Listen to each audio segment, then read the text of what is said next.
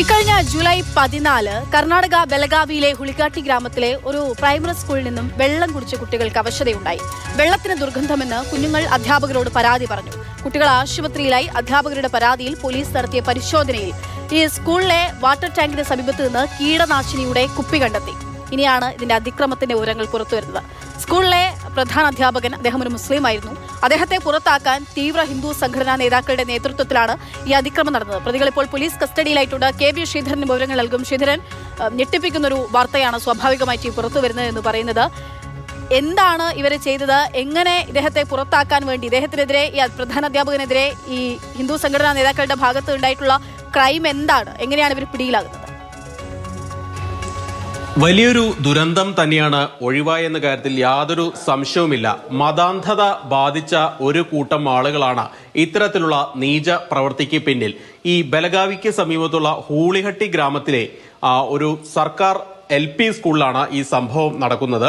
ഈ സ്കൂളിലെ പ്രധാനാധ്യാപകനായിട്ട് മുസ്ലിം മതവിശ്വാസിയായിട്ടുള്ള ഒരു അധ്യാപകൻ വന്നു. ഇദ്ദേഹത്തെ അവിടെ നിന്ന് മാറ്റുക എന്നുള്ള ലക്ഷ്യം വെച്ചാണ് ശ്രീറാം സേന ലീഡറായിട്ടുള്ള സാഗറിന്റെ നേതൃത്വത്തിലുള്ള സംഘം കീടനാശിനി കൊണ്ടുവന്ന് ഒരു കുട്ടിയുടെ കയ്യിൽ കൊടുക്കുന്നു. ഈ കുട്ടിയോട് ഇത് ടാങ്കിൽ ഒഴിക്കാൻ, അതായത് ഇത്രയും കുട്ടികൾ വെള്ളം കുടിക്കുന്ന ആ ടാങ്കിൽ ഈ കീടനാശിനി കലർത്താൻ പറയുന്നു. തുടർന്ന് ഈ കുട്ടി അതുപോലെ ചെയ്യുന്നത്. ഇതിന് പിന്നാലെ സ്കൂളിലെ പല അധ്യാപകർക്കും കുട്ടികൾക്കും ശാരീരിക അസ്വസ്ഥതകൾ അനുഭവപ്പെട്ടു. ഇത് ഉടൻ തന്നെ ഈ ടാങ്ക് അടയ്ക്കാനും നിർദ്ദേശം നൽകി. തുടർന്ന് നടത്തിയ പരിശോധനയിലാണ്, പോലീസൊക്കെ എത്തി നടത്തിയ പരിശോധനയിലാണ് ഈ വാട്ടർ ടാങ്കിന് സമീപത്തുനിന്ന് കീടനാശിനിയുടെ കുപ്പി കണ്ടെത്തുന്നത്.